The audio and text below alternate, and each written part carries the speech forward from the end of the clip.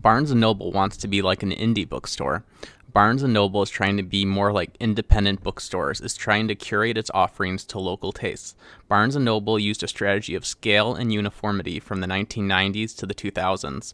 Not only were the book offerings nearly identical between stores across the country, but also were like the furniture, like the couches. This strategy paid off in the past, but times have changed, and that has demanded a new strategy that adapts to local tastes. James Daunt is the current CEO of Barnes & Noble.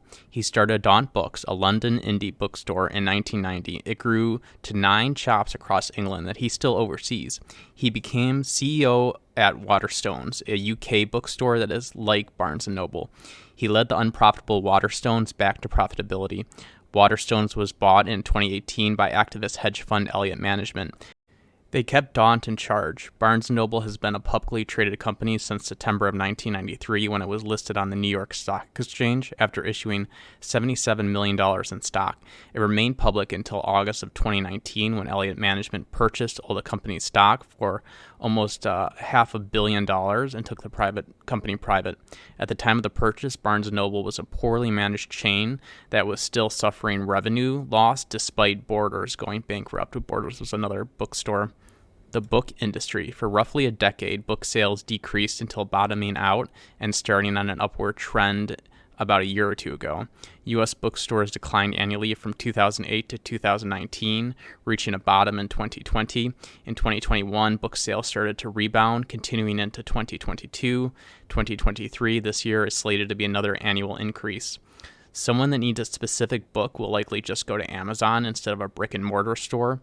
It has become all but impossible to compete with Amazon because they do not have to pay overhead for a physical brick-and-mortar location. As any retailer can tell you, they pay a fortune on operating costs like rent and utility bills like electricity and heating and air conditioning. Barnes & Noble aims to sell people books they didn't know they wanted by allowing them to browse. Therefore, books need to be optimized for discovery. One way to achieve this is to face the cover outward instead of the spines. You will also notice all the tables as you enter a Barnes & Noble with curated collections of books. I prefer nonfiction, and I found a shelf with nonfiction on both sides of that shelf near the entrance of the store in Schaumburg, Illinois.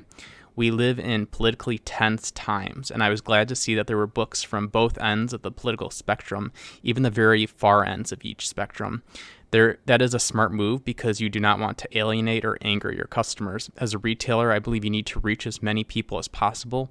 When it comes to a more specialized media, like this channel you are watching, I believe it pays to be more focused, and that is why you may notice a more conservative free market approach. Shifting control to the store level, Barnes & Noble aims to make the chain feel like a collection of about 600 local bookstores. A chain store is less inviting than an individual bookstore. The strategy is to combine the power of a big chain with the pleasure of an independent bookstore by shifting control of the stores to the store manager. Managers have discretion over purchasing, placement, and even pricing. By giving individual stores more control over what books they stock, this is taking control away from big publishers that are concerned only with selling a lot of books, and they fear selling less books because the control is being shifted to the store level. Publishers argue that the book business is increasingly driven by national bestsellers rather than local tastes. However, I would argue it is important to appeal to local tastes. The Upper West Side Manhattan location. Barnes & Noble spent millions trying to rebuild its Upper West Side Manhattan location into a model for the other stores. Cash registers were moved from the front of the store to the back. The magazines that took up the best real estate on the ground floor were moved upstairs next to the cafe. The Upper West Side location was chosen because the building was beautiful and the location on Broadway was ideal. Barnes & Noble needed a strong presence in this part of Manhattan. Return rate measures how many unsold books a retailer returns back to the publisher. The return rate has dropped from about 25% to 9% at Barnes & Noble, and the CEO is targeting 5%. As many as 20% of store locations sorted history books in alphabetical order, but now that has changed to chronological order. In conclusion, I believe Barnes & Noble is undertaking the correct strategy, localized product offerings to suit the tastes of the specific geography the store is in.